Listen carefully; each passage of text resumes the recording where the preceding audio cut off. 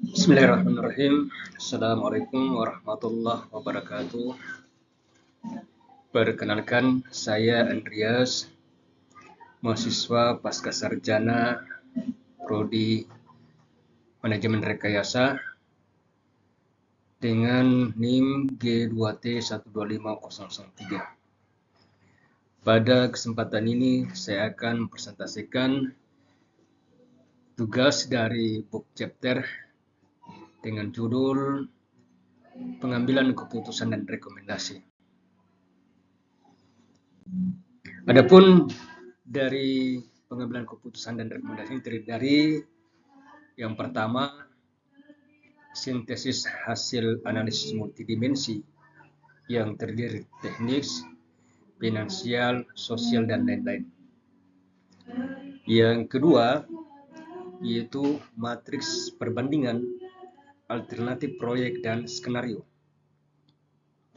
Yang ketiga, kriteria keputusan meliputi go atau no go, prioritas, dan kelayakan holistik. Yang keempat, yaitu peran tim teknis, lembaga pendana, dan pengambil kebijakan. Yang kelima, struktur dan format laporan kelayakan lengkap. Dan yang keenam, tindak lanjut pasca studi, yaitu detail engineering, tender, dan evaluasi pasca proyek. Pengambilan keputusan dan rekomendasi dalam analisis kelayakan infrastruktur, sebuah pendekatan komprehensif untuk proyek berkelanjutan. Adapun pendahuluan yaitu urgensi pengambilan keputusan infrastruktur, di mana pengambil keputusan dalam proyek infrastruktur adalah fondasi krusial bagi penentuan kebijakan pembangunan nasional yang berkelanjutan. Adapun latar belakang proyek infrastruktur yaitu bahwa proyek infrastruktur bersifat multidimensi, mencakup aspek teknis, finansial, ekonomi, sosial, lingkungan, serta hukum dan institusional. Multidimensi, bahwa kompleksitas tantangan pembangunan yaitu bagaimana menilai opsi dengan kriteria beragam dan trade-off antar aspek, meliputi ekonomi, PS lingkungan, adalah tantangan respon terhadap bencana alam yang menambah kerumitan. Kemudian pentingnya keputusan yang tepat. Keputusan yang tepat fundamental untuk kelayakan proyek dan menghindari bias. Berikutnya, gambaran umum bab 10 yaitu fokus utama, di mana fokus pembahasan yang pertama sintesis multidimensi, yang kedua matriks perbandingan alternatif, yang ketiga kriteria go atau no go dan kelayakan holistik, dan yang keempat tindak peran pemangku kepentingan, yang kelima struktur laporan kelayakan, dan yang keenam tindak lanjut pasca studi. Baik, kita fokus pada penjabaran yang pertama yaitu sintesis analisis multidimensi, di mana terdiri dari ada integrasi 6 dimensi kelayakan, yaitu MCDA meliputi AHP, WSM, dan TOPSIS, dan tim multidisiplin.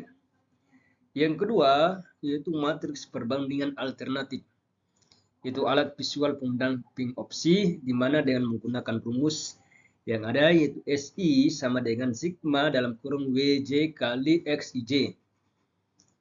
Berikutnya yang ketiga, kriteria go atau no go dan kelayakan holistik, di mana terdiri dari filter KPI yang meliputi IRR, BCR, buyback. Yang berikutnya sistem prioritas dan trade-off, dan evaluasi komprehensif. Yang keempat yaitu peran pemangku kepentingan, di mana terdiri dari tim teknis yaitu analisis objektif. Yang selanjutnya itu lembaga pendanaan yang meliputi ROI dan risiko. Dan yang ketiga, pengambil kebijakan keseimbangan politis.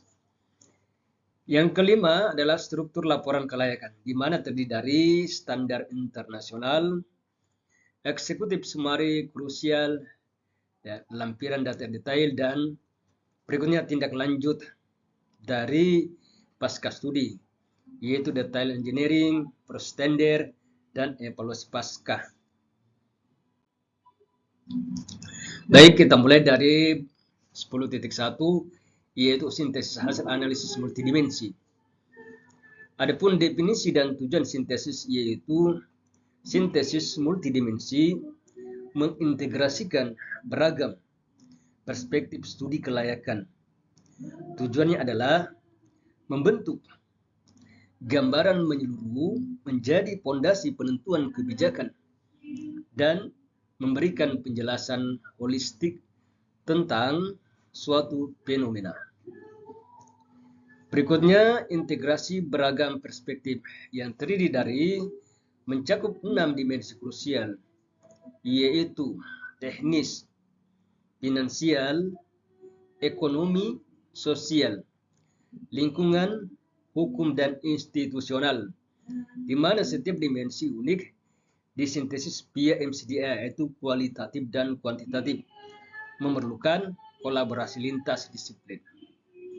Selanjutnya, fondasi penentuan kebijakan.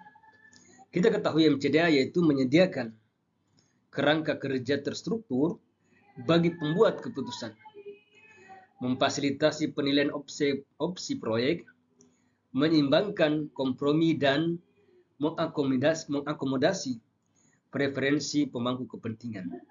Hasilnya, dalam matriks keputusan untuk evaluasi sensitivitas. Selanjutnya, dimensi kritis dalam analisis kelayakan, di mana terdiri dari yang pertama, dimensi teknis, yaitu fokus pada kesiapan teknologi, stabilitas rancangan, serta kemudahan implementasi proyek. Adapun dari bagian-bagian dimensi teknis yaitu kesiapan pertama, kesiapan teknologi. Yang kedua, kestabilan rancangan, dan yang ketiga, kemudahan dalam penerapan. Dimensi kritis dalam analisis kelayakan berikutnya yaitu dimensi finansial, di mana meliputi analisis arus kas, NPV, IRR, dan periode pengambilan modal. Di mana dimensi finansial ini terdiri dari 3. Yang pertama, arus kas dan pengembalian.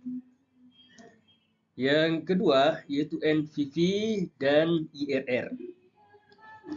Dan yang ketiga, periode pengembalian. Selanjutnya, dimensi kritis dalam analisis kelayakan yang ketiga yaitu dimensi ekonomi. Di mana dimensi ekonomi yaitu menguji dampak makroekonomi, keuntungan dari efek samping, dan pengaruh perekonomian lokal.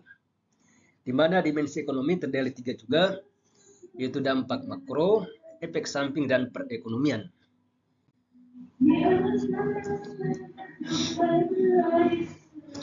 Berikutnya, dimensi kritis dan analisis kelayakan yang terdiri dari dimensi sosial, di mana dimensi sosial ini yaitu mengukur tingkat penerimaan publik, pengaruh terhadap distribusi pendapatan dan pemerataan kesempatan di masyarakat.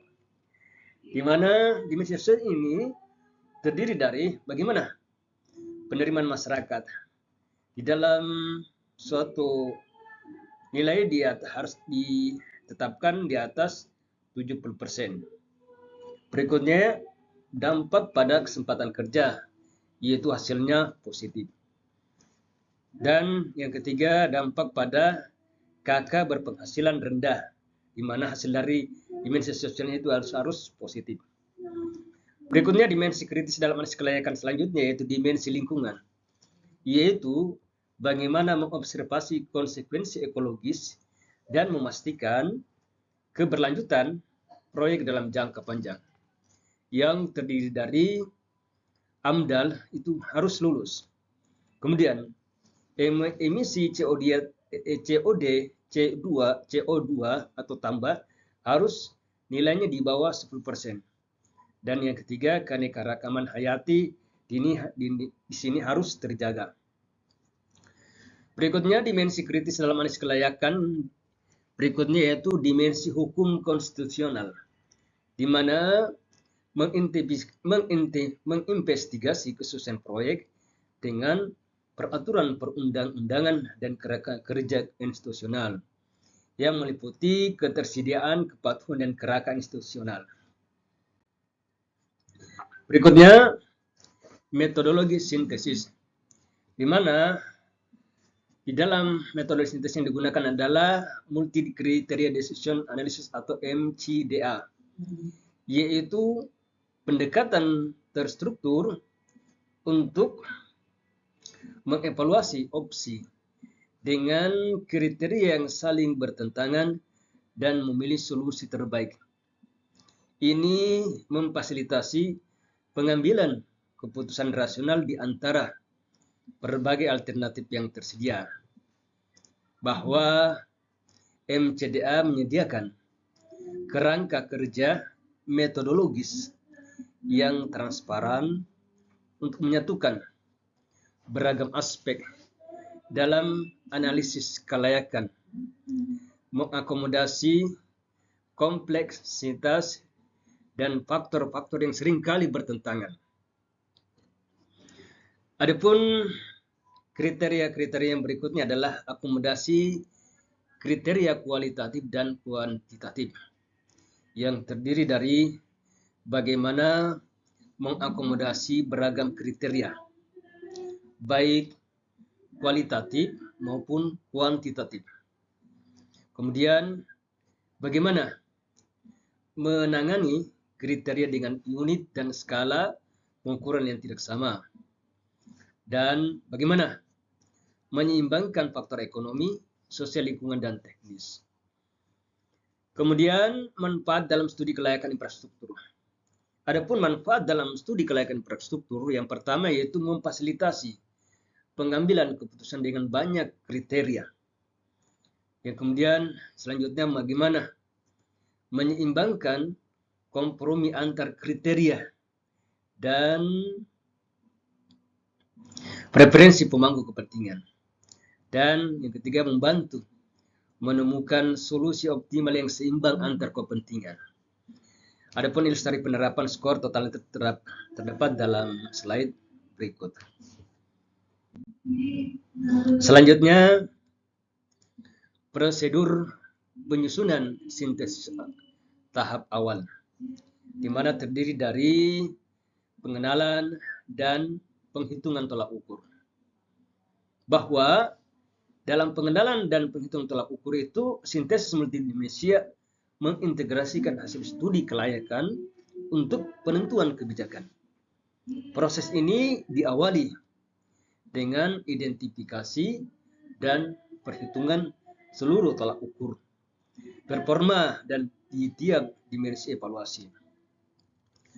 Kemudian, prosedur penyusunan sintesis yang berikutnya adalah dimensi teknis, di mana dimensi teknis terdiri dari kesiapan teknologi, kestabilan rancangan, dan kemudahan penerapan. Ini tiga dari yang dimaksud dengan dimensi teknis. Kemudian berikutnya adalah dimensi pendanaan. Kalau kita melihat dari dimensi pendanaan, ini terdiri dari 4 bagian. Yang pertama, bagaimana kajian aliran kas masuk dan keluar. Di sini kita harus menganalisis bagaimana kas masuk dan kas keluar. Kemudian berikutnya itu nilai sekarang bersih atau NPV, di mana kita harus menghitung perbandingan atau nilai sekarang. Dan yang ketiga yaitu bagaimana kita menghitung tingkat pengembalian internal atau IRR. Berikutnya yaitu periode pengembalian modal. Di sini bagaimana periode pengembalian modal ini termasuk dalam dimensi pendanaan. Ada prosedur penyusunan sintesis berikutnya yaitu dimensi ekonomi, yaitu terdiri dari keuntungan dari efek samping. di mana keuntungan dari efek samping ini tentunya merupakan dari dimensi ekonomi. Kemudian yang kedua itu pengaruh terhadap perekonomian. Kita tahu pengaruh terhadap perekonomian itu mempunyai dampak terhadap dimensi ekonomi, baik skala besar maupun skala kecil. Kemudian prosedur penyusunan sintesis itu bagaimana bahwa dalam proses prosedur penyusunan sintesis dan dari evaluasi multidimensi mengintegrasikan hasil dari beragam perspektif studi kelayakan infrastruktur. Ini berfungsi sebagai fondasi untuk penentuan kebijakan. Adapun prosedur penyusunan sintesis yaitu pertama dimensi kemasyarakatan, di mana dalam dimensi kemasyarakatan ini meliputi yang pertama penerimaan publik. Yang kedua yaitu distribusi pendapatan. Dan yang ketiga pemerataan kesempatan. Keempat, penerimaan itu harus di atas atau sama dengan 70%. Dan dimensi kemasyarakatan berikut dampak positif KKB. Berikutnya, prosedur penyusunan sintesis berikutnya yaitu dimensi kelestarian, di mana terdiri dari konsekuensi ekologis, kemudian keberlanjutan jangka panjang, AMDAL lulus, dan penurunan emisi CO2 harus di bawah 10%. Kemudian prosedur penyusunan sintesis yang ketiga yaitu dimensi yuridis organisasional, yaitu bagaimana kesesuaian regulasi terhadap prosedur penyusunan sintesis. Kemudian bagaimana kerangka konstitusionalnya itu harus sesuai dengan prosedur penyusunan sintesis dan kepatuhan regulasi lingkungan, di mana kepatuhan regulasi lingkungan ini harus berkesesuaian dengan prosedur penyusunan sintesis itu sendiri. Berikut seperti dalam tabel perbandingan skor total alternatif proyek. Selanjutnya MCDA atau Multi Criteria Decision Analysis merupakan kerja-kerja terstruktur, yaitu adalah suatu pendekatan metodologi terstruktur yang mengintegrasikan berbagai aspek dalam analisis kelayakan, memfasilitasi pengambilan keputusan komprehensif dengan mempertimbangkan kriteria kualitatif dan kuantitatif secara bersamaan. Adapun kerangka kerja terstruktur dari MCDA itu yaitu pertama, bagaimana menyatukan berbagai aspek analisis, bahwa MCDA menggabungkan evaluasi multidimensi teknis, finansial, sosial, lingkungan, dan hukum untuk pandangan menyeluruh, mempertimbangkan kriteria kualitatif dan kuantitatif. Berikutnya, kerangka kerja struktur yang berikutnya adalah mengevaluasi opsi proyek yang terdiri dari bagaimana memfasilitasi penilaian berbagai alternatif proyek dengan mempertimbangkan kriteria beragam dan skala pengukuran yang berbeda. Ini sering menggunakan matriks perbandingan. Berikutnya, menyeimbangkan kompromi antara kriteria, yaitu bagaimana MCDA menyeimbangkan kompromi antar kriteria yang saling bertentangan, menemukan solusi optimal melalui analisis trade-off untuk kepentingan yang beragam, bahwa MCDA ini menyeimbangkan kompromi antar kriteria. Dan yang berikutnya itu peran pemangku kepentingan, di mana mengakomodasi preferensi pemangku kepentingan dalam pengambilan keputusan, melibatkan kesepakatan pakar dalam berdiskusi dari berbagai stakeholder. Berikutnya, metode MCDA populer. Kita ketahui bahwa adapun metode MCDA populer yaitu yaitu analitik hierarki proses atau HP, di mana metode ini menyusun struktur hierarki, kriteria, dan menetapkan bobot melalui perbandingan berpasangan. Sering digunakan dalam model hibrida MCDM.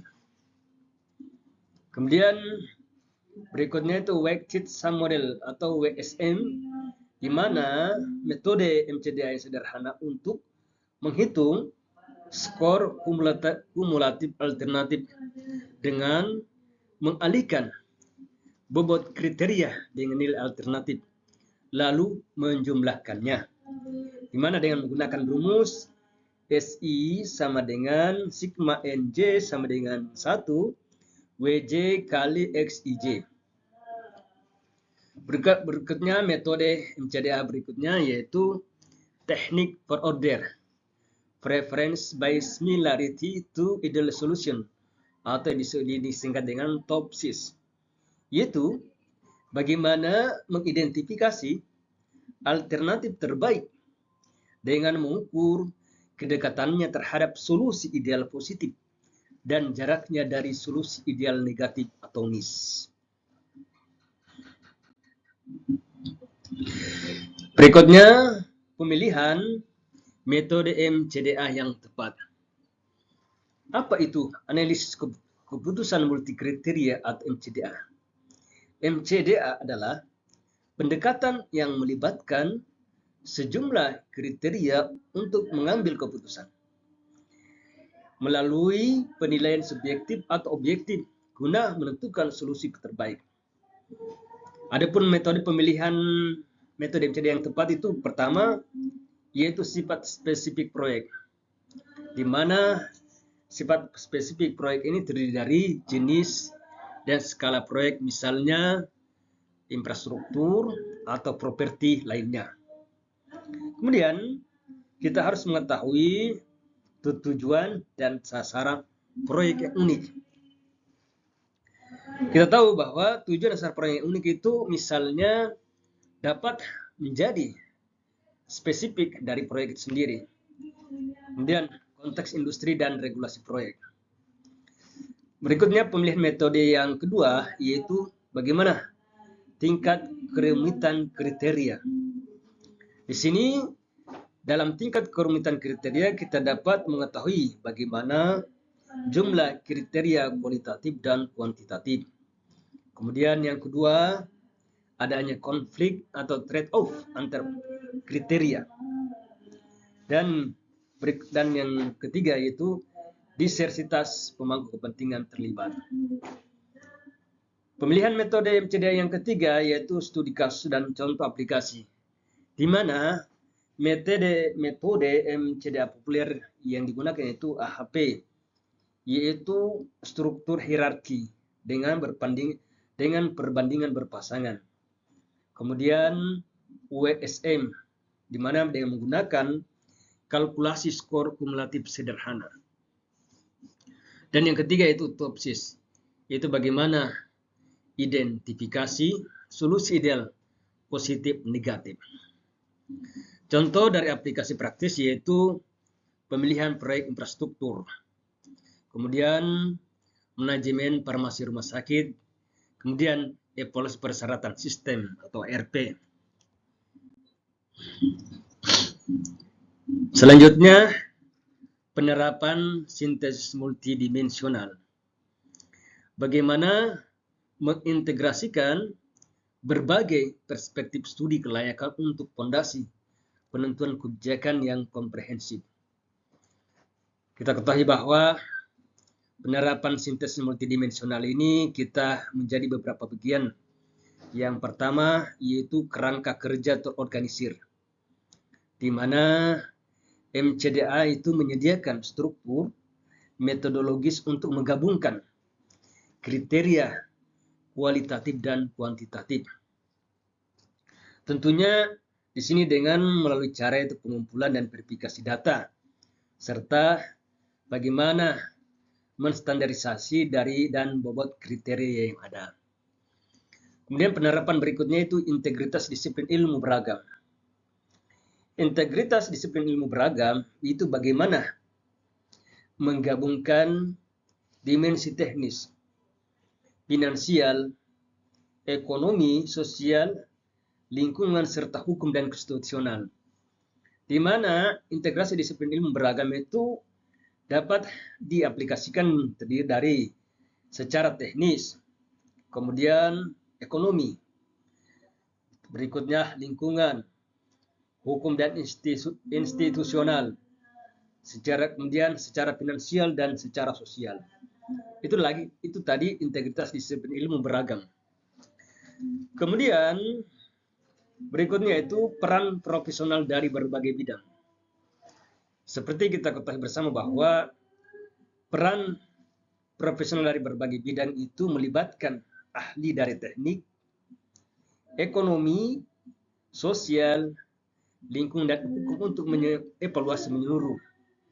Bahwa dalam peran profesional dari berbagai bidang ini terdiri dari tim teknis, lembaga perencanaan dan pengambil keputusan. Berikutnya, tahapan analisis efektif. Di mana dalam tahapan analisis efektif terdiri dari yaitu pertama pengumpulan dan verifikasi informasi. Di mana pengumpulan dan verifikasi informasi ini bagaimana kita mengumpulkan data secara relevan dari berbagai sumber, termasuk pembersihan data, baik itu data cleaning dengan cara untuk memastikan akurasi dan konsisten. Yang kedua yaitu standarisasi data untuk keselarasan, di mana standarisasi data untuk keselarasan itu bagaimana menyelaraskan satuan pengukuran data, mengubah skala ke bentuk standar untuk analisis yang akurat dan seragam. Dan yang ketiga yaitu penetapan signifikan relatif kriteria. Itu bagaimana menentukan bobot atau urgensi relatif dari setiap kriteria analisis, sering menggunakan metode AHP dan konsensus Fakar. Selanjutnya, teknik penetapan signifikansi kriteria. Dalam penetapan signifikansi relatif kriteria adalah bagaimana langkah krusial dalam studi kelayakan dicapai melalui konsensus pakar atau prioritas pemangku kepentingan dengan menggunakan teknik seperti Delphi atau diskusi kelompok terarah, di mana terdiri dari bagaimana kesepakatan kolektif pakar, yaitu dengan menggunakan metode untuk menentukan bobot atau signifikansi relatif kriteria melalui konsensus ahli dari berbagai bidang terkait untuk mencapai kesepahaman bersama. Kemudian berikutnya yaitu prioritas pemangku kepentingan, di mana prioritas pemangku kepentingan itu melibatkan identifikasi dan penyusunan daftar prioritas kriteria berdasarkan harapan dan kebutuhan para pihak yang berkepentingan secara konsisten. Dan yang ketiga yaitu metode Delphi atau FGD. Bahwa metode Delphi yaitu bagaimana konsensus ahli via kuesioner dan anonim berulang. Itu bagaimana kita mengkonsensus ahli via kuesioner anonim berulang. Kemudian FGD yaitu bagaimana interaksi terarah untuk pemahaman mendalam kriteria. Berikutnya penyajian hasil agregasi, di mana matriks terdiri dari bagaimana penyajian hasil agregasi itu matriks keputusan terstruktur, di mana matriks keputusan terstruktur merinci nilai kinerja opsi proyek berdasarkan kriteria menjadi fondasi utama penentuan kebijakan setelah proses agresi, di mana Metode CMCD yang digunakan yaitu mengakomodasi kriteria kualitatif dan kuantitatif. Adapun nilai kinerja opsi proyek, yang pertama itu ada beberapa alternatif. Alternatif A, alternatif B, alternatif C, dan status quo. Di mana kriteria bobot yang dinilai adalah pertama teknis, di mana standar nilai teknis itu 0,25. Standar teknis ini meliputi ketersediaan teknologi dengan alternatif nilai alternatif A itu 0,90. Sementara untuk nilai alternatif B itu 0,85 dan alternatif C 0,80 dan status quo 0,70.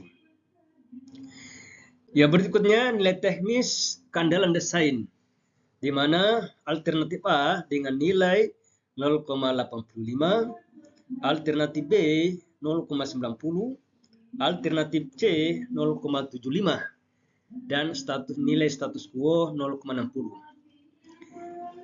Nilai kinerja opsi berikutnya adalah ekonomi dengan nilai standar yaitu 0,30.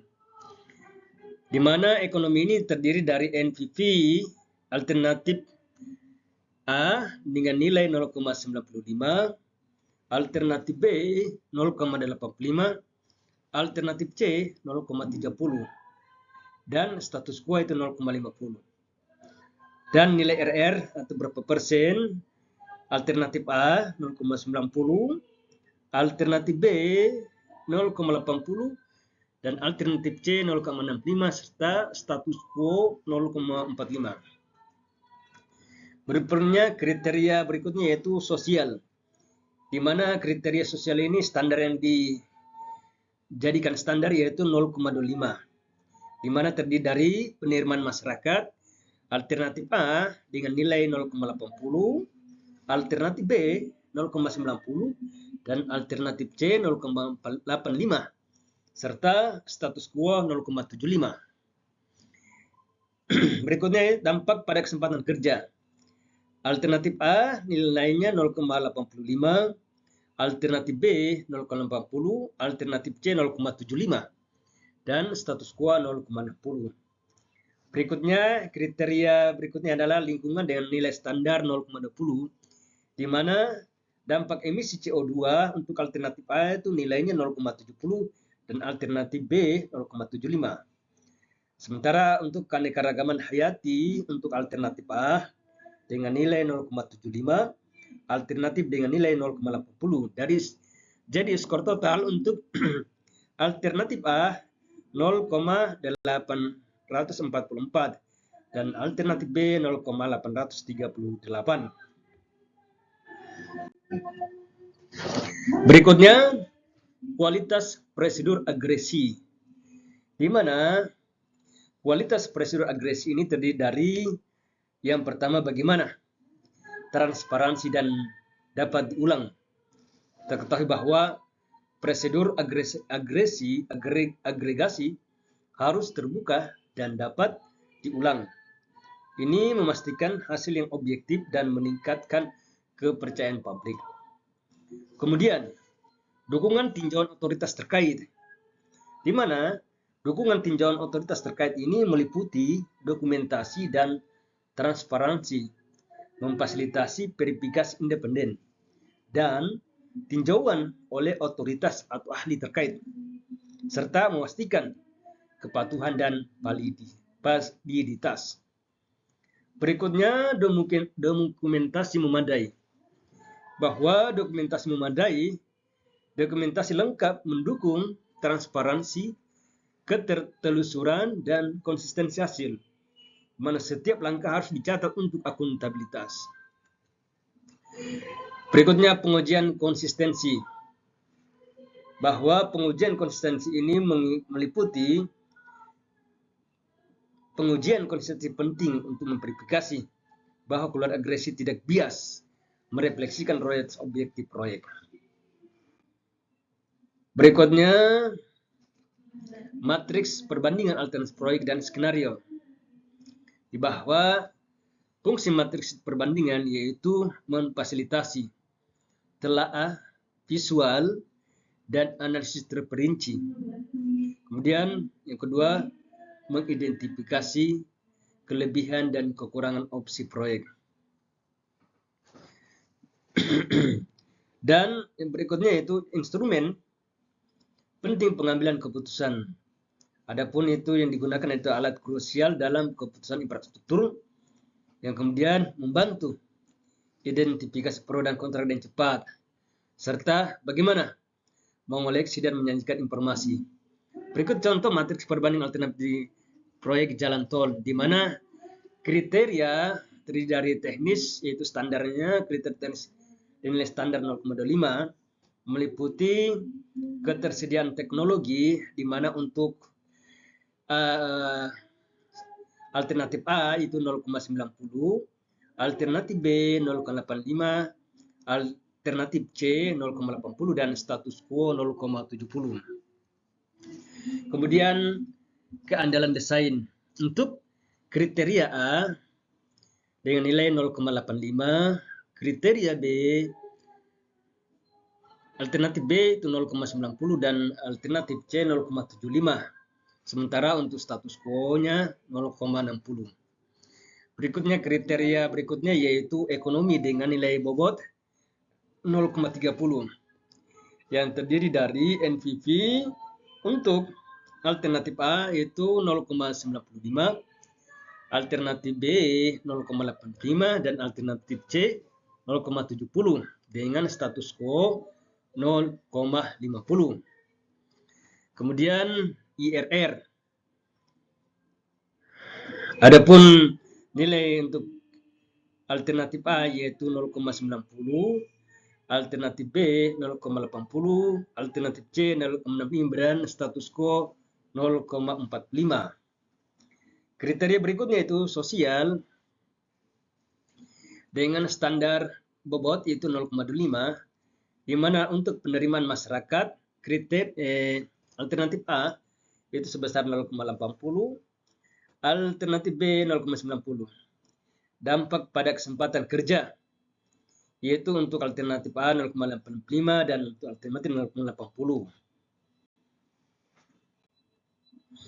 Berikutnya struktur matriks perbandingan, bahwa konsep matriks perbandingan adalah matriks perbandingan alternatif adalah instrumen krusial dalam pengambilan keputusan proyek infrastruktur yang menyajikan informasi performa dari berbagai disiplin ilmu, berbagai pilihan, di mana pilihan ini terdiri dari opsi proyek ditempatkan pada baris, kemudian parameter evaluasi pada kolom, dan skor performa di setiap kotak. Metode ini memfasilitasi telaah visual dan analisis terperinci. Untuk setiap opsi memudahkan pengenalan kelebihan dan kekurangan alternatif serta mendukung pengambilan keputusan yang informatif. Berikut contoh matriks untuk proyek jalan tol, di mana kriteria yang atau bobot kriterianya terdiri dari teknis yang dengan bobot 0,5, di mana dari sini terdiri dari ketersediaan. Untuk ketersediaan di sini maksudnya ketersediaan teknologi. Untuk alternatif dengan nilai bobot 0,90, alternatif B dengan bobot 0,85 dan alternatif C 0,80. Sedangkan untuk status quo berada pada bobot 0,70. Berikutnya keandalan desain, yaitu di mana untuk alternatif A dengan bobot 0,85, untuk alternatif B dengan bobot 0,90, untuk alternatif C dengan bobot 0,75, sementara untuk status quo dengan nilai dengan bobot 0,60. Kriteria ekonomi dengan nilai bobot standar yaitu 0,30 yang terdiri dari NPV, di mana alternatif A dengan nilai bobot 0,95, alternatif B 0,85, alternatif C 0,30 dan status quo berbobot 0,50. Adapun nilai RR dengan bobot persen untuk alternatif A 0,90, bobotnya 0,90%, alternatif B 0,80, untuk alternatif C 0,65, dan status quo 0,45.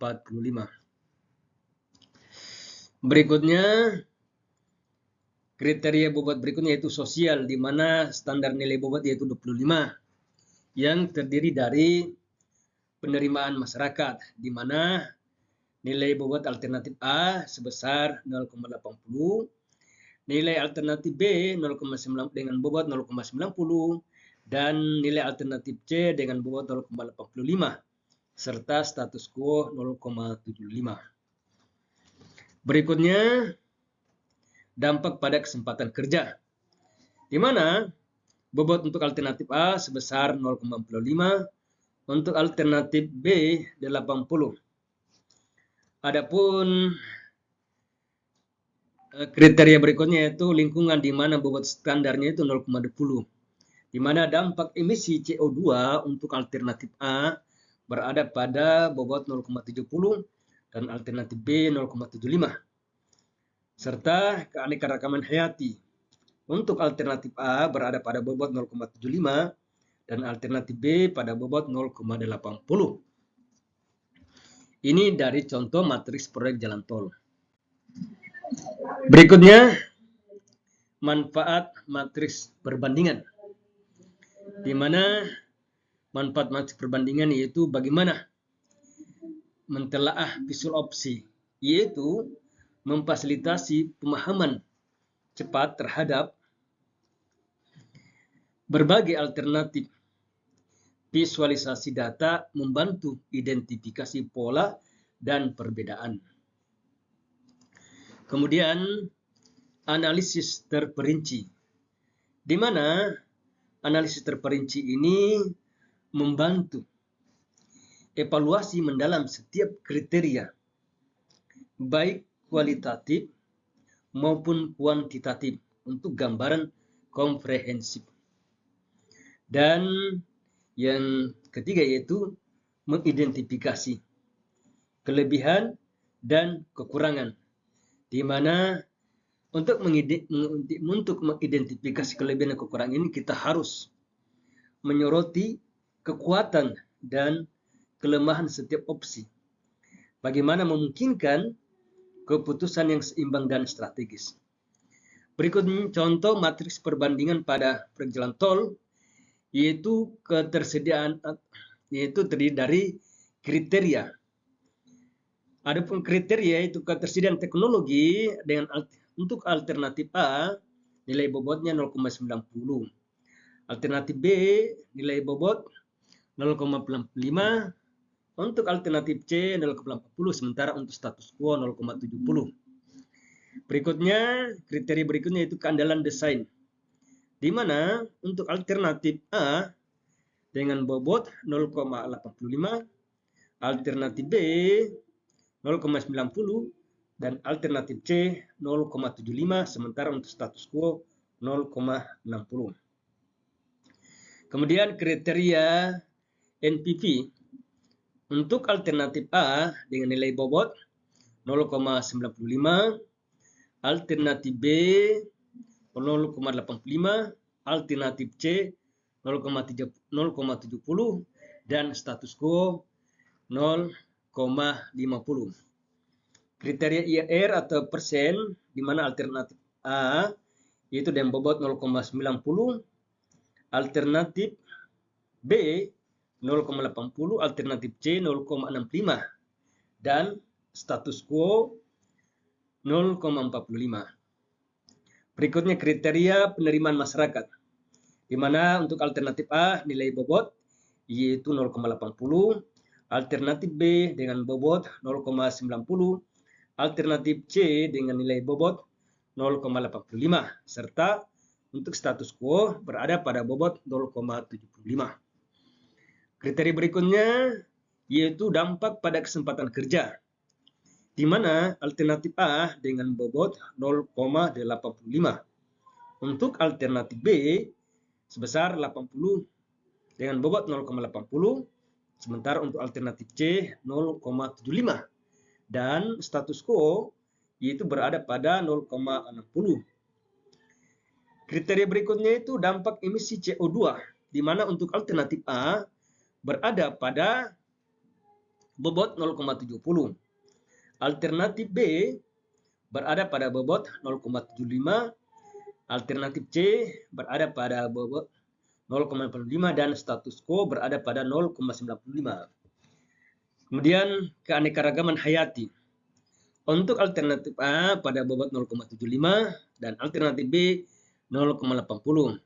Dari semua kriteria skor total untuk alternatif A 0,844 dan alternatif B berada pada bobot 0,838. Berikutnya, pilihan alternatif dalam matriks. Matriks pembangunan alternatif adalah alat krusial untuk mengkaji opsi proyek infrastruktur, yaitu menyajikan perbandingan kinerja berdasarkan kriteria yang telah ditetapkan. 3 hingga 5 pilihan, yaitu menampilkan 3-5 opsi proyek.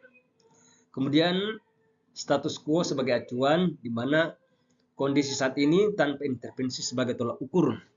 Dan skenario realistis, yaitu alternatif yang dievaluasi multidimensi. Adapun contoh matriks perbandingan proyek, kriteria teknis dengan standar bobot itu 0,25 berupa ketersediaan itu untuk alternatif A berada pada bobot 0,90, alternatif B berada pada bobot 0,85, alternatif C berada pada bobot 0,80. Sementara pada SQ, pada bobot SQ itu sebesar 0,70. Kriteria ekonomi dengan standar bobot 0,3 itu NPV untuk alternatif A sebesar 0,95, alternatif B 0,85, alternatif C 0,30, 0,70 maksud kami, dan SQ berada pada 0,50.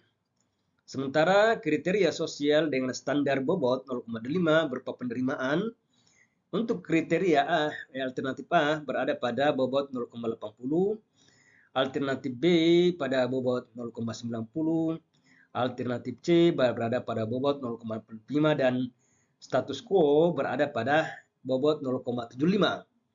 Sementara untuk lingkungan dengan kriteria bobot 0,20 atau berupa emisi CO2 untuk alternatif A pada bobot 0,70 dan kriteria B 0,75. Jadi skor total semua 0,844 dan kriteria B 0,838. Berikutnya, aspek analisis yang menyeluruh. Di mana aspek analisis yang menyeluruh terdiri dari yang pertama, dimensi teknis. Di mana dimensi teknis ini meliputi kesiapan teknologi, kestabilan rancangan, dan kemudahan penerapan untuk memastikan kelayakan proyek. Ini dari sisi dimensi teknis. Kemudian dari sisi dimensi kemasyarakatan, di mana dimensi kemasyarakatan bagaimana mengukur tingkat penerimaan publik, distribusi pendapatan, dan pemerataan kesempatan di masyarakat. Berikutnya aspek analisis berikutnya yaitu dimensi finansial. Kita ketahui bahwa dimensi finansial terdiri dari analisis aliran kas, NPV, IRR, dan periode pengembalian modal untuk menilai kelayakan ekonomi. Serta dimensi aspek berikutnya itu dimensi kelestarian lingkungan, di mana mengobservasi konsepsi ekologi keberlangsungan jangka panjang untuk minimal beberapa tahun. Berikutnya, pembobotan aspek dalam matriks, di mana pembobotan aspek dalam matriks itu terdiri dari menentukan tingkat signifikansi untuk sasaran proyek infrastruktur, yaitu pentingnya bobot kriteria bagaimana mencerminkan tingkat signifikansi, bagaimana yang kedua mendukung pencapaian sasaran proyek infrastruktur, dan adapun metode dan sumber pembuatan yaitu untuk metode analisis hierarki bersumber dari kebijakan pemerintah dan prioritas nasional. Contoh matriks perbandingan alternatif proyek jalan tol dengan bobot. Yang pertama untuk kriteria teknis, di mana dengan bobot 0,2 standar bobot 0,25 terdiri dari ketersediaan teknologi alternatif A sebesar 0,90, alternatif B 0,85, alternatif C 0,80 dan status quo sebesar 0, dan bobot 0,70. Kemudian keandalan desain, di mana keandalan desain dari untuk alternatif A sebesar 0,85, untuk alternatif B sebesar 0,90. Sementara untuk alternatif C bobot 0,75 dan status quo sebesar 0,60. Kriteria berikutnya itu ekonomi dengan standar bobot itu 0,30, di mana NPV untuk alternatif A berada pada bobot 0,95, alternatif B pada bobot 0,85 dan alternatif C pada bobot 0,70. Kemudian IRR, alternatif A berada pada bobot 0,90, alternatif B 0,80 dan alternatif C berada pada 0,65. Sementara untuk sosial penerimaan masyarakat, alternatif A pada bobot 0,80, alternatif B 0,90 dan alternatif C berada pada bobot 0,85. Berikutnya Weighted Sum Model atau WSM, yaitu metode sederhana dan luas yang digunakan, bahwa salah satu metode multi-kriteria decision analysis atau MCD yang paling sederhana. Kemudian dikenal juga sebagai Weighted Linear Combination WLC atau Simple Additive Weighting atau SAW. Bagaimana fleksibel dan banyak digunakan dalam berbagai proses pengambilan keputusan. Kemudian MCDA untuk menghitung skor total alternatif yang terdiri dari bagaimana mengevaluasi berbagai alternatif berdasarkan beragam kriteria, mengkalkulasi skor kumulatif setiap alternatif, kemudian mengalihkan bobot kriteria dengan nilai alternatif, lalu menjumlahkannya, kemudian mengidentifikasi alternatif terbaik dari nilai skor tertinggi. Kemudian dalam bentuk rumus, yaitu formula matematis WSM, di mana rumusnya terdiri dari SI sama dengan sigma N, J sama dengan 0, WJ kali XIJ, di mana SJ adalah skor total alternatif ke I. Kemudian WJ yaitu bobot kriteria ke J, XIJ yaitu nilai kinerja normalisasi alternatif, dan N yaitu jumlah kriteria. Berikut tahapan penerapan Weighted Sum Model atau WSM. Yang pertama yaitu standarisasi skor kinerja, bahwa skor indikator disamakan ukurannya melalui normalisasi vektor atau linear. Yang kedua, agregasi nilai, di mana skor kinerja dikalikan dengan bobot kriteria dan dijumlahkan untuk nilai agregat.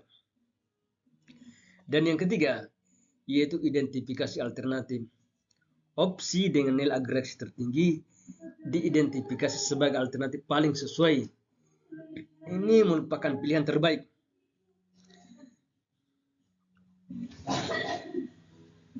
Contoh hasil WSM itu di mana kriteria skor total semua itu untuk alternatif A berada pada 0,844, alternatif B 0,836, alternatif 0,76. Sekian. Berikut untuk studi kasus matriks perbandingan proyek dalam tol. Di mana gambar umum proyek, matriks perbandingan alternatif merupakan instrumen krusial dalam pengambilan keputusan proyek infrastruktur. Alat ini mengumpulkan dan menyajikan performa berbagai opsi proyek minimal 3-5 termasuk kondisi status quo terhadap serangkaian standar evaluasi yang telah ditentukan sebelumnya.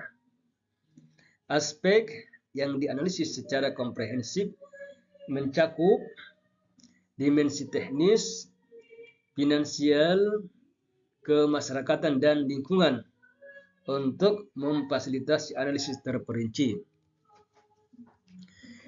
Adapun kriteria dan bobot yang digunakan, yaitu setiap aspek evaluasi diberikan bobot yang mencerminkan tingkat signifikansinya dalam pencapai sasaran proyek infrastruktur, di mana untuk teknis nilai bobotnya itu 0,25, ekonomi 0,30, sosial 0,25. Adapun perbandingan alternatif proyek jalan tol, di mana untuk kriteria teknis untuk ketersediaan teknologi alternatif A berada pada bobot 0,90, alternatif B 0,85 dan alternatif C 0,80. Kemudian keandalan desain untuk alternatif A berada pada bobot 0,85, untuk alternatif B berada pada bobot 0,90 dan untuk alternatif C berada pada bobot 0,75. Kemudian kriteria ekonomi dengan standar bobot 0,30. Meliputi NPV untuk alternatif A dengan bobot 0,95, alternatif B 0,85, alternatif C 0,70. Kemudian ekonomi IRR, di mana alternatif A sebesar 0,90, bobot 90, alternatif B 0,80. Sementara kriteria sosial dengan nilai bobot 0,25 terdiri dari penerimaan masyarakat untuk alternatif A 0,80, alternatif B 0,90.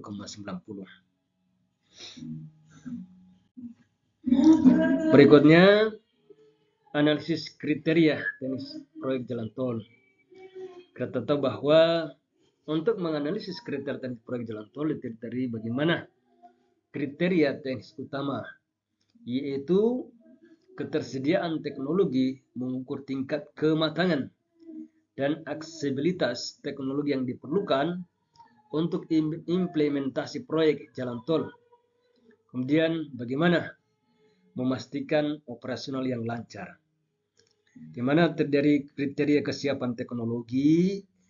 Sementara untuk keandalan desain adalah ketahanan dan konsistensi rancangan teknik jalan tol terhadap berbagai kondisi, yaitu menjamin keamanan dan umur panjang infrastruktur.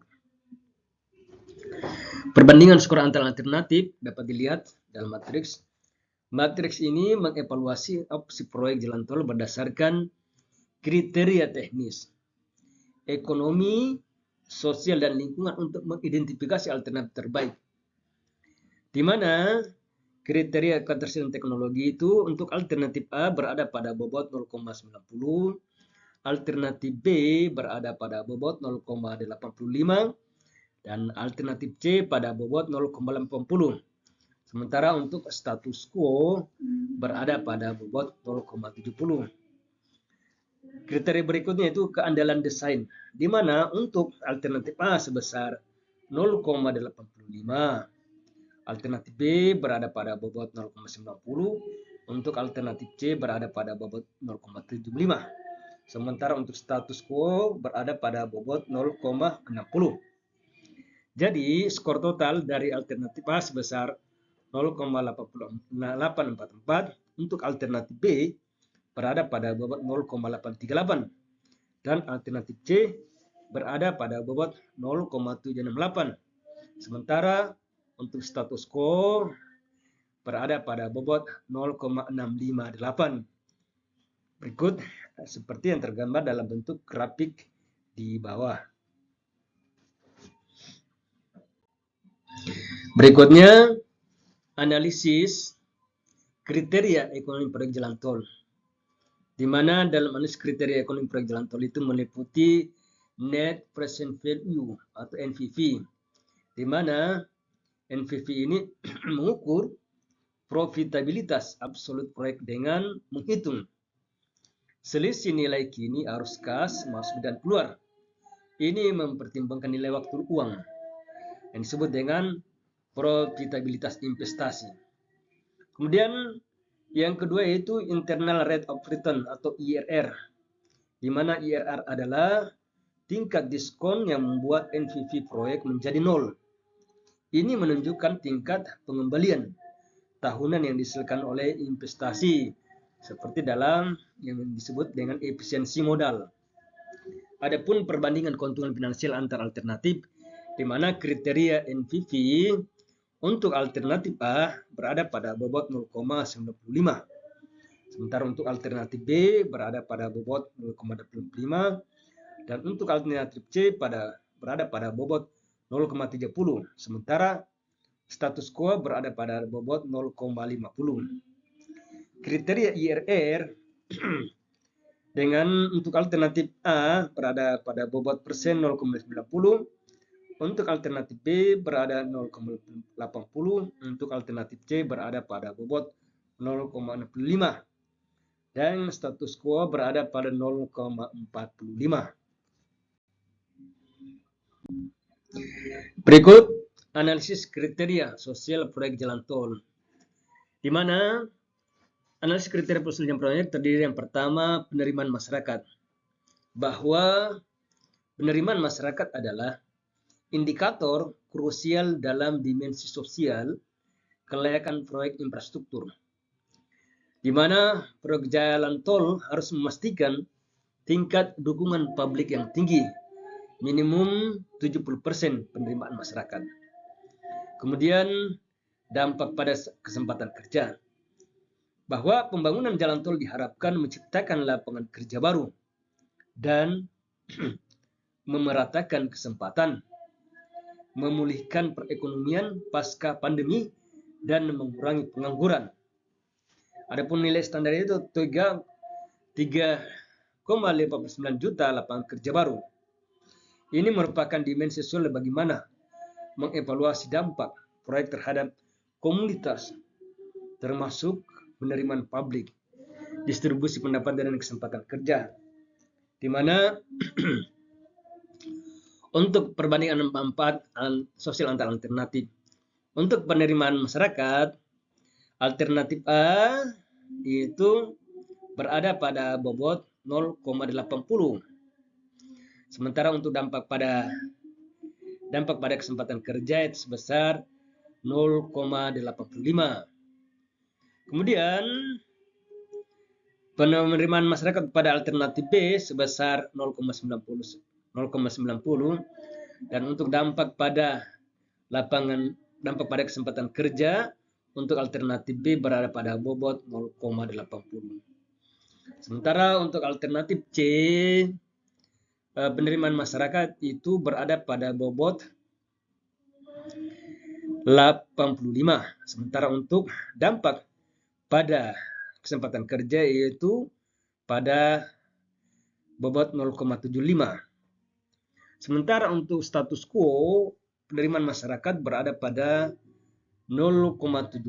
Sementara untuk dampak pada kesempatan kerja berada pada bobot 0,60.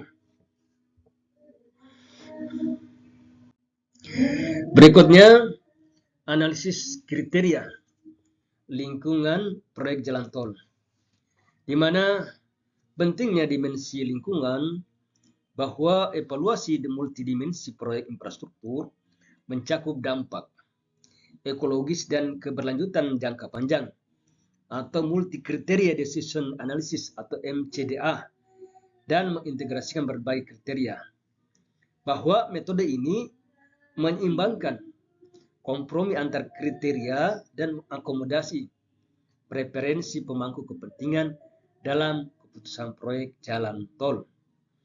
Adapun perbandingan aspek lingkungan antar alternatif di mana untuk kriteria bobot dampak emisi CO2 untuk alternatif berada pada bobot 0,70.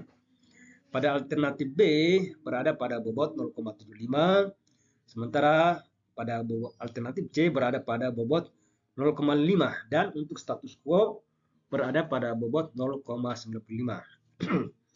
Kriteria berikutnya itu keanekaragaman hayati, di mana untuk alternatif A berada pada bobot 0,75, untuk alternatif B berada pada bobot 0,80, serta untuk alternatif C berada pada bobot 0,85. Sementara untuk status quo berada pada bobot 0,90.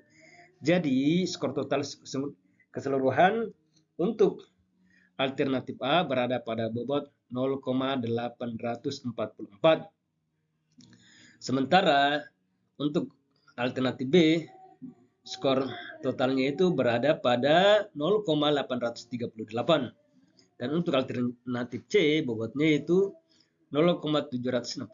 Sementara untuk status quo, skor total keseluruhan itu berada pada 0,658.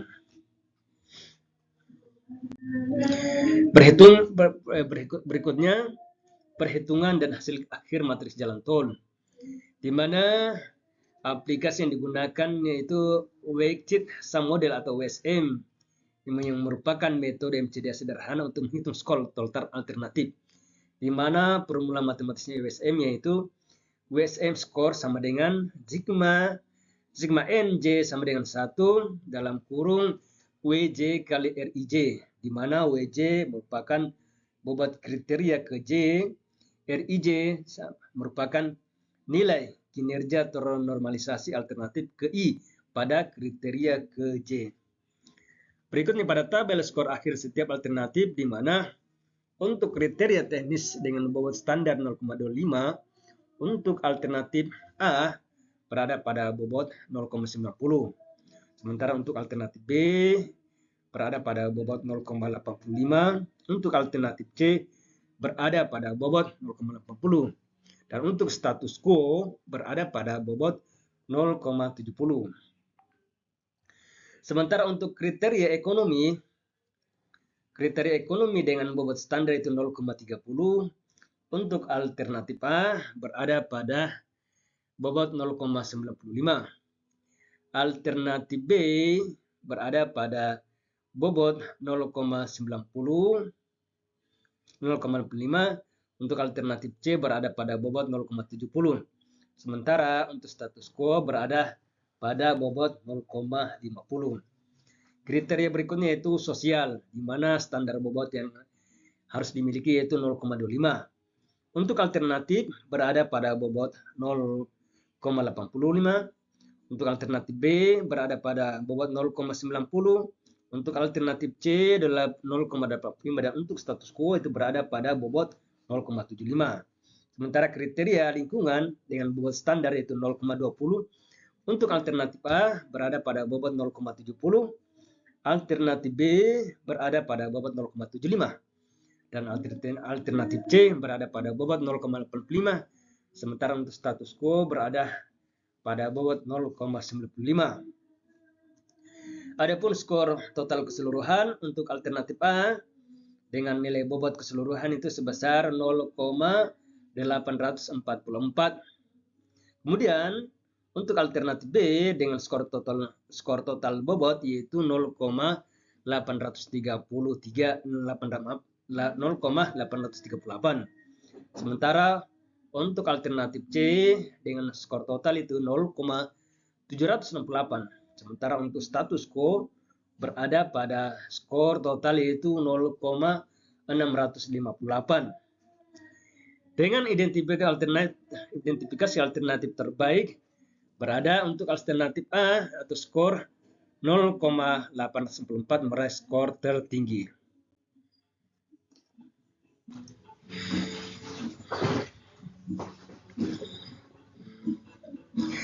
Berikutnya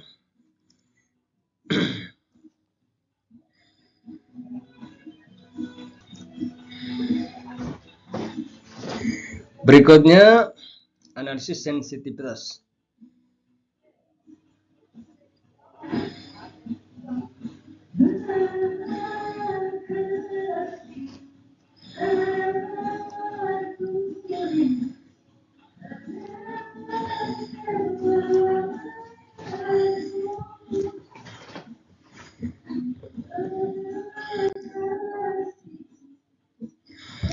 Berikutnya, yaitu prosedur dan interpretasi analisis sensitivitas, di mana pentingnya analisis sensitivitas, bagaimana analisis sensitivitas adalah unsur krusial untuk menilai keandalan keputusan. Ini dilakukan dengan mengukur dampak variasi asumsi dan bobot kriteria terhadap hasil akhir, di mana prosedur dan interpretasi analisis sensitivitas meliputi yang pertama, simulasi perubahan bobot kriteria. Simulasi perubahan bobot kriteria dengan prosedur ini melibatkan perubahan bobot kriteria dalam interval yang telah ditentukan. Kemudian berikutnya yaitu bagaimana mengamati pengaruh pada urutan peringkat. Yaitu tujuannya adalah untuk mengamati bagaimana perubahan tersebut mempengaruhi peringkat alternatif. Di mana di sini keputusan yang kokoh dapat dijustif, alternatif yang tetap di puncak yang kokoh dan dapat dijustifikasi. Berikutnya, kriteria keputusan go atau no go yang merupakan prioritas dan kelayakan holistik, di mana mekanisme filter fundamental go atau no go, kriteria go atau no go merupakan mekanisme filter utama dalam studi kelayakan infrastruktur, menentukan kelayakan proyek untuk dilanjutkan atau dihentikan. Threshold ditetapkan sebagai objek untuk menghindari bias. Adapun kriteria yaitu finansial, di mana indikator dari finansial itu terdiri IRR dengan threshold minimumnya di atas 12% untuk komersial atau di atas 10% untuk sosial. Kemudian indikator BCR-nya threshold minimumnya di atas 1,0. Sementara untuk indikator payback period, indikator berikutnya itu payback period untuk threshold minimumnya di bawah 10 tahun. Kategori berikutnya itu teknis, di mana terdiri dari dua indikator. Yang pertama teknologi tersedia, di mana threshold minimumnya ya. Kemudian indikator berupa kapasitas implementasi, threshold minimumnya itu harus tersedia.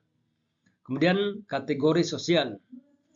Kategori sosial di mana indikator yang diharapkan itu penerimaan masyarakat itu thresholdnya minimumnya di atas 70%.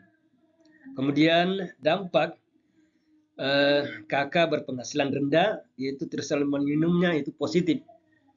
Kemudian kategori lingkungan, indikator dalam penilaiannya itu AMDAL untuk kelulusannya itu threshold minimumnya tentu ya. Kemudian indikator emisi CO2-nya tambah, threshold minimumnya itu di bawah 10%. Di mana sistem penilaian prioritas digunakan ketika beberapa proyek melewati go no go, tetapi sumber daya terbatas, memerlukan pengurutan implementasi yang terdiri dari pertama, kesesuaian dengan prioritas pembangunan nasional atau regional. Yang kedua, multiplier effect terhadap perekonomian. Yang ketiga, tingkat kesiapan teknis dan kelembagaan. Yang keempat, ketersediaan sumber daya pendanaan yang terdiri dari tingkat keparahan. Yang kelima tingkat keparahan masalah yang diatasi, dan yang keenam, potensi sinergi dengan proyek infrastruktur lainnya. Adapun kelayakan holistik dan pencegahan bias, bahwa pendekatan komprehensif yang mengevaluasi proyek dari berbagai perspektif secara integrasi, mengakui adanya trade-off antar pemangku kebijakan dan tidak bertentangan. Adapun indikator kunci atau KPI kriteria go-no sebagai berikut. Kriteria keputusan go-no-go adalah filter fundamental dalam studi kelayakan infrastruktur untuk menentukan kelanjutan proyek, di mana threshold yang jelas dan objektif sangat penting. Kriteria finansial utama yaitu terdiri dari minimum internal rate of return yaitu nilai minimumnya 10-12% untuk komersial, 8-10% untuk sosial. Sementara untuk maksimum payback periodnya itu di bawah 10 tahun untuk teknologi mapan dan di bawah 15 tahun untuk inovatif. Sementara untuk minimum benefit outcome ratio atau BCR-nya di atas 1,0. Seperti dalam tabel kriteria go, no go, dan threshold. Di mana kategori finansial indikator IRR itu thresholdnya berada pada di atas 12% untuk komersial atau di atas 10% untuk sosial. Sumbernya yaitu Kemenkeu. Kemudian adapun sumber datanya itu dari Kemenkeu. Berikutnya untuk kategori finansial indikatornya BCR, thresholdnya itu di atas 1,0. Adapun sumber datanya itu dari World Bank. Kemudian kategori finansial berupa indikatornya itu payback period. Untuk thresholdnya itu berada di bawah 10 tahun untuk mapan atau di bawah 15 tahun untuk inovatif. Ini merupakan sumber dari Bappenas. Kemudian kriteria teknis. Indikatornya itu teknologi tersedia. Thresholdnya ya. Sumbernya Kementerian PUPR. Kemudian kategori teknis yang indikatornya kapasitas implementasi, thresholdnya tersedia. Kemudian kategori sosial, indikatornya penerimaan masyarakat di atas 70%. Kemudian sosial, indikatornya dampak KK berpenghasilan rendah, thresholdnya positif. Kemudian kategori lingkungan dengan indikatornya AMDAL itu harus lulus, thresholdnya ya. Berikutnya, threshold minimum proyek infrastruktur di Indonesia. IRR atau Internal Rate of Return, di mana a metric indication the profitability of a project, higher values are generally more favorable on investment decision. Di mana proyek komersial itu nilai IRR-nya itu berada di antara 10-12%. Sementara untuk proyek sosial itu nilai IRR itu berada pada 8-10%. Kemudian payback period yaitu the time needed to recoup initial investment. It helps assess how quickly a project generates positive return. Di mana payback period dengan teknologi mapan itu maksimal 10 tahun. Kemudian untuk teknologi inovatif maksimal 15 tahun. Kemudian BCR atau benefit cost ratio, di mana compares project benefit to total cost. BCR di atas 1,0 indicates economic viability and profitability, di mana skor minimum untuk BCR itu berada di atas 1,0. Berikutnya kriteria non finansial atau must pass, go, no go. Faktor krusial penentu kelanjutan proyek infrastruktur, di mana terdiri dari ketersediaan lahan. Di mana ketersediaan lahan ini kita harus memastikan ketersediaan lahan yang sesuai dengan regulasi zonasi dan peruntukan, di mana lahan harus tersedia dan sesuai zonasi. Kemudian kriteria berikutnya yaitu kepatuhan regulasi lingkungan. Kita tahu bahwa kepatuhan terhadap semua peraturan dan kebijakan lingkungan yang berlaku, di mana kategorinya yaitu AMDAL itu harus lulus, emisi CO2-nya itu harus tambah di bawah 10%. Kemudian untuk penerima masyarakat minimum itu dukungan aktif dari komunitas lokal untuk kelancaran implementasi proyek dengan kriteria itu berada pada 70%. Berikutnya, sistem penilaian prioritas. Proyek lolos go atau no go, di mana kriteria go no go adalah filter fundamental dalam studi kelayakan infrastruktur untuk menentukan kelanjutan proyek. Threshold yang jelas dan objektif ditetapkan untuk menghindari bias, di mana kategori finansial untuk indikatornya yaitu IRR, threshold minimumnya itu di atas 20% untuk komersial atau di atas 10% untuk sosial.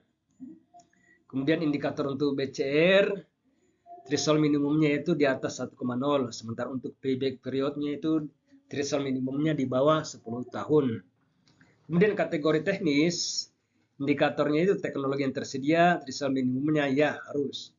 Kemudian kategori sosial, indikatornya penerimaan masyarakat itu harus threshold minimumnya itu harus di atas 70%. Sementara kategori lingkungan itu amdalnya harus lulus, thresholdnya itu minimal ya. Sementara untuk pengurutan implementasi dan sumber daya terbatas, ketika banyak proyek melewati threshold go no atau no go, namun sumber daya terbatas, waktu, biaya, tenaga kerja, sistem penilaian prioritas dah sangat diperlukan. Faktor kunci yaitu untuk pengurutan implementasi, di mana kesesuaian prioritas pembangunan, kemudian multiplier efek ekonomi, kemudian kesiapan teknis dan kelembagaan, dan yang terakhir ketersediaan sumber daya pendanaan.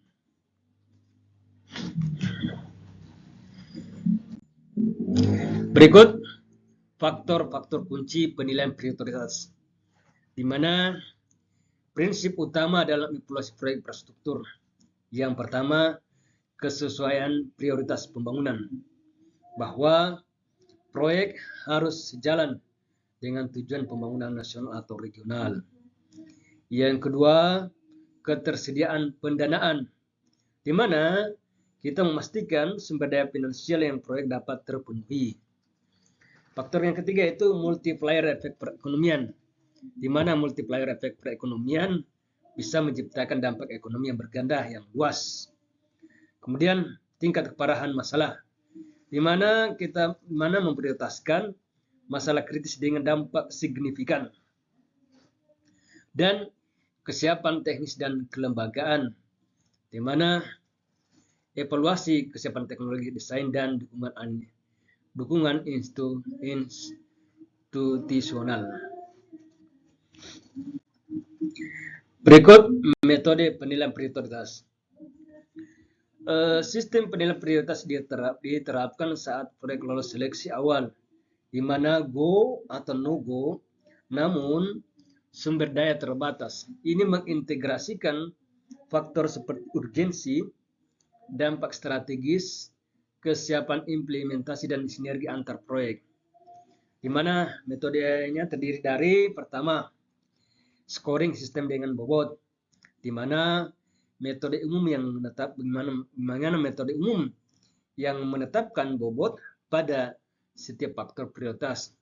Bobot ini mencerminkan signifikansi relatif faktor sesuai kebijakan, di mana digunakan untuk mengkalkulasi skor kumulatif dengan rumus yaitu SI sama dengan sigma NJ sama dengan 1 dalam kurung WJ kali XIJ, di mana SI merupakan skor total alternatif ke I. Kemudian WJ yaitu bobot kriteria ke J, sementara XIJ yaitu nilai kinerja ternormalisasi alternatif ke I pada kriteria ke J, dan N adalah jumlah kriteria. Berikutnya metode penilaian berikutnya yaitu analitik hierarki proses atau AHP. Metode canggih untuk menyusun struktur hierarki kriteria dan penetapan bobot berdasarkan perbandingan berpasangan. Pendekatan ini mampu mengurangi bias dalam pengambilan keputusan, di mana menyusun struktur hierarki kriteria, kemudian menetapkan bobot biaya perbandingan berpasangan.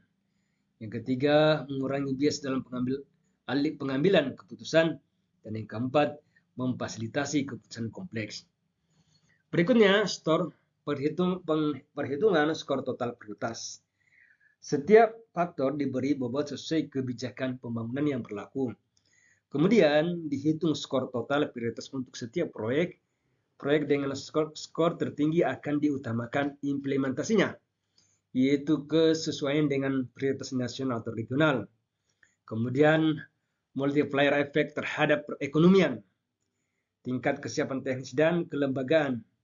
Kemudian ketersediaan sumber daya alam, tingkat keparahan dan potensi sinergi. Berikutnya, kelayakan holistik, di mana pendekatan komprehensif dan terintegrasi itu kelayakan holistik mengevaluasi proyek dari berbagai perspektif secara integrasi, tidak hanya berfokus pada aspek finansial semata. Kemudian mempertimbangkan trade-off antar kriteria yang mungkin saling bertentangan untuk menentukan solusi optimum yang seimbang antara berbagai kepentingan. Adapun evaluasi proyek dari berbagai perspektif terdiri dari dimensi teknis, kemudian dimensi finansial, kemudian dimensi ekonomi, berikutnya dimensi sosial, dimensi lingkungan, dan dimensi hukum dan institusional. Ini merupakan multi kriteria dari analisis. Implikasi jangka panjang dan pembangunan berkelanjutan bahwa keputusan infrastruktur memiliki implikasi jangka panjang terhadap pembangunan berkelanjutan. Mengintegrasikan kebutuhan tanpa mengorbankan kemampuan generasi mendatang. Konsep ini mencakup 3 dimensi utama: ekonomi, sosial, dan budaya. Berikutnya, trade-off analisis dalam kelayakan holistik. Dalam kelayakan holistik, mengevaluasi proyek dari berbagai perspektif secara terintegrasi. Analisis trade-off krusial karena seringkali tidak ada alternatif yang unggul di semua kriteria. Berikutnya yaitu teknik Pareto Frontier Analysis, di mana memvisualisasikan trade-off dan mengidentifikasi alternatif yang tidak didominasi oleh alternatif lain dan membentuk batas efisiensi seperti dalam bentuk bagan atau grafik berikut, di mana untuk nilai performa itu untuk pada kisaran 4, dan untuk Pareto Frontier itu pada garis-garis 6. Nah, untuk berikutnya tidak ada alternatif unggul, bahwa setiap pilihan memiliki kekuatan dan kelemahan di berbagai kriteria. Kemudian memahami konsekuensi pilihan, kita harus identifikasi dampak positif dan negatif dari setiap keputusan. Dan yang ketiga itu menemukan solusi optimum, itu mencari keseimbangan terbaik antar kepentingan yang ada. Berikut tabel kriteria go, no go, dan threshold minimum. Untuk kategori finansial, indikatornya yaitu IRR, threshold minimumnya yaitu di atas 20% untuk komersial atau di atas 10% untuk sosial. Sumbernya itu dari Kemenkeu. Kemudian BCR, threshold minimumnya di atas 1,0 dan sumber datanya itu dari World Bank. Kemudian payback period itu untuk threshold minimumnya itu di bawah 10 tahun. Sumber datanya itu dari Bappenas. Kemudian kategori teknis, indikatornya teknologi tersedia. Threshold minimal ya harus. Sumbernya dari Kementerian PUPR. Kemudian indikator kapasitas implementasi. Threshold itu harus tersedia. Sumbernya dari tim ahli. Kemudian kategori sosial, di mana indikatornya penerimaan masyarakat itu di atas 70%. Ini dari sumber datanya dari survei sosial. Kemudian dampak kepala keluarga berpenghasilan rendah. Threshold minimumnya itu positif. Sumber datanya dari analisa. Kemudian kategori lingkungan, indikatornya itu AMDAL-nya itu harus lulus. Threshold minimumnya ya sumber datanya KLBH. Kemudian indikator emisi CO2 tambah 5, threshold minimumnya itu di bawah 10%. Berikutnya, peran tim teknis lembaga pendana dan pengambil kebijakan. Bahwa peran tim teknis lembaga, peran tim teknis yaitu bagaimana memegang peran sentral berbagai penyedia data dan analisis objektif menjadi dasar akurat bagi keputusan investasi infrastruktur. Di mana tim teknis ini terdiri dari analisis kelayakan teknis mendalam, kemudian identifikasi mitigasi risiko. Yang kemudian berikutnya adalah rekomendasi objek berbasis data. Yang keempat, bagaimana menjaga independensi dan integritas. Dan yang kelima, yaitu melakukan QA atau QC data. Kemudian peran untuk lembaga pendana yaitu fokus pada kredibilitas, ROI dan Risk Adjusted Return. Kemudian kriteria IRR, DSCR, LLCR atau bank investasi. Kemudian prioritaskan dampak dan keberlanjutan, itu multilateral. Dan pertimbangkan nilai publik dan multiplier effect atau dari pemerintah. Sementara peran untuk pengambil kebijakan yaitu bagaimana pertimbangan politis, agenda pembangunan dan konstituen. Kemudian yang kedua, menyeimbangkan rasionalitas dan political feasibility. Yang ketiga, membutuhkan eksekutif summary policy oriented dan sensitif terhadap timeline implementasi. Berikutnya, tanggung jawab utama tim teknis. Tanggung jawab utama tim teknis terdiri dari analisis kelayakan tes mendalam, di mana bagaimana kemampuan teknologi, stabilitas rancangan, dan kemudahan implementasi untuk memenuhi kebutuhan proyek secara menyeluruh. Kemudian, bagaimana identifikasi risiko teknis dan mitigasinya, yaitu mengidentifikasi potensi risiko teknis, menganalisis dampaknya, serta merancang strategi mitigasi yang efektif dan proaktif. Berikutnya, tanggung jawab berikutnya yaitu penyediaan alternatif desain berkualitas, di mana menawarkan berbagai opsi desain inovatif yang memenuhi standar kualitas tinggi dan disesuaikan dengan konteks spesifik proyek. Kemudian, berikutnya kepatuhan standar teknis dan kode etik, di mana kita harus memastikan semua aspek teknis proyek selaras dengan standar nasional, regulasi industri, dan kode etik profesional yang relevan. Dan rekomendasi teknis objektif, di mana menyajikan rekomendasi yang transparan, berbasis data, dan bebas bias untuk mendukung pengambilan keputusan dan informasi.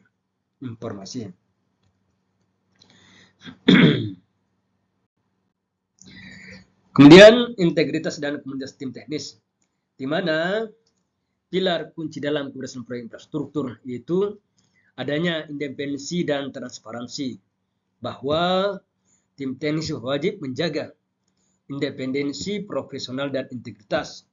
Kemudian hasil analisis harus transparan, mencakup asumsi dan batasan metodologis untuk menjamin kualitas dan kredibilitas. Kemudian berikutnya adalah quality assurance dan control.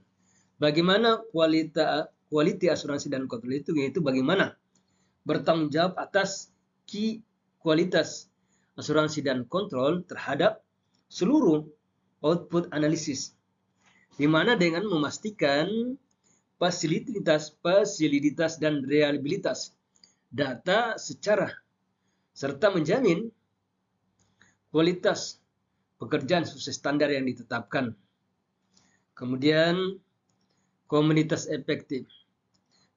Sampaikan temuan kepada non-teknisi dengan bahasa jelas dan mudah dipahami, tanpa mengurangi akurasi, fokus pada implikasi, manfaat, risiko, dan trade-off. Ini dari integritas dan komunikasi tim teknis yang menjadi pilar kunci dalam keberhasilan proyek infrastruktur. Kemudian, peran lembaga pendana, di mana beragam jenis lembaga pendana yang terdiri dari pemerintah, di mana pendana itu berupa APBN atau APBD. Kemudian bank investasi. Kemudian investor swasta dan lembaga multilateral. Adapun fokus utama pendana yaitu bagaimana kredibilitas proyek dapat tercapai. Kemudian menghitung return of investment atau ROI. Kemudian risk adjustment return. Ini dari fokus utama pendana. Adapun kriteria dan threshold berbeda. Untuk setiap lembaga memiliki pendekatan unik dalam mengevaluasi kelayakan proyek, tercermin dalam proses due diligence mereka, di mana bank investasi atau financial feasibility DSCR atau LLCR, di mana IRR proyek minimum itu sebesar 15%. Sementara untuk lembaga multilateral itu dampak pembangunan, kemudian keberlanjutan lingkungan.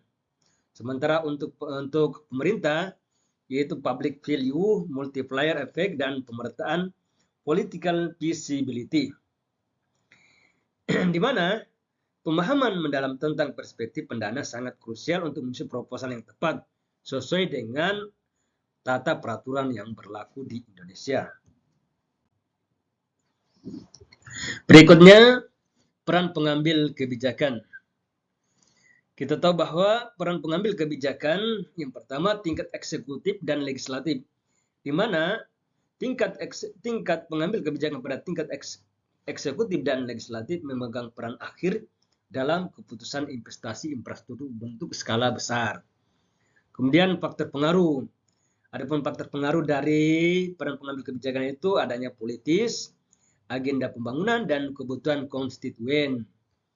Sementara untuk dinamika pengambilan kebijakan itu terdiri dari bagaimana negosiasi antar kementerian atau lembaga, kemudian konsultasi publik, serta persetujuan legislatif. Dan yang keempat adalah komunikasi studi kelayakan, di mana komunikasi harus menggunakan bahasa policy oriented dengan fokus pada benefits, risks, dan trade-offs yang relevan. Ini fokus pada impact statement. Ini peran pengambil kebijakan yang terdiri dari 4, itu tingkat eksekutif dan legislatif, faktor pengaruh, dinamika pengambil kebijakan, dan komunikasi hasil studi kelayakan. Berikutnya kesimpulan dari bab 10 yaitu pengambilan keputusan infrastruktur yang efektif, di mana pendekatan secara sistematis dan multidimensional, di mana kemudian peran MCDA dan matriks perbandingan, kemudian pentingnya kriteria go, no go, dan kelayakan holistik, dan kolaborasi pemangku kepentingan, di mana dalam sintesis multidimensional mengintegrasikan 6 dimensi kunci, yaitu dimensi teknis, finansial, ekonomi, sosial, lingkungan, hukum dengan MCDA. Sebagai rumus yang digunakan yaitu SI sama dengan sigma N, J sama dengan 1, WJ kali XIJ, yang merupakan maksud perbandingan alat visual untuk opsi, proyek, dan standar evaluasi, di mana GONO, IRR itu berada di atas 10-12%, BCR-nya 1,0, dan payback-nya di atas 70%. Sementara untuk kelayakan holistik ini evaluasi komprehensif, evaluasi komprehensif, untuk teknis analisis objektif. Berikutnya, rekomendasi dan area penelitian lebih lanjut. Untuk rekomendasi praktis, standarisasi metodologi studi kelayakan, di mana rekomendasi praktis itu standarisasi metodologi studi kelayakan. Berikutnya, peningkatan kapasitas SDM. Kemudian, integrasi teknologi digital, baik itu melalui BIM, Big Data, dan Analytics.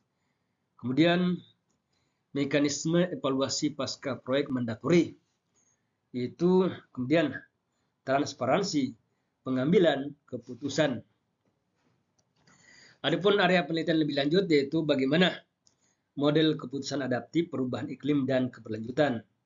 Kemudian penelitian pengaruh teknologi distributif AI atau IoT atau Internet of Things. Kemudian studi aspek behavioral dalam keputusan. Serta bagaimana framework evaluasi kelayakan infrastruktur digital. Dan yang terakhir adalah studi komparatif best practice internasional. Sekira demikian yang dapat kami sampaikan. Kami tahu masih banyak kekurangan. Kita tahu ada istilah gajah meninggalkan gading dan nama meninggalkan dan manusia meninggalkan nama. Tentu dalam pembahasan ini terdapat kekurangan di sana sini. Untuk itu lebih dan kurangnya kami mohon maaf. Billahi taufiq wal hidayah. Wassalamualaikum warahmatullahi wabarakatuh.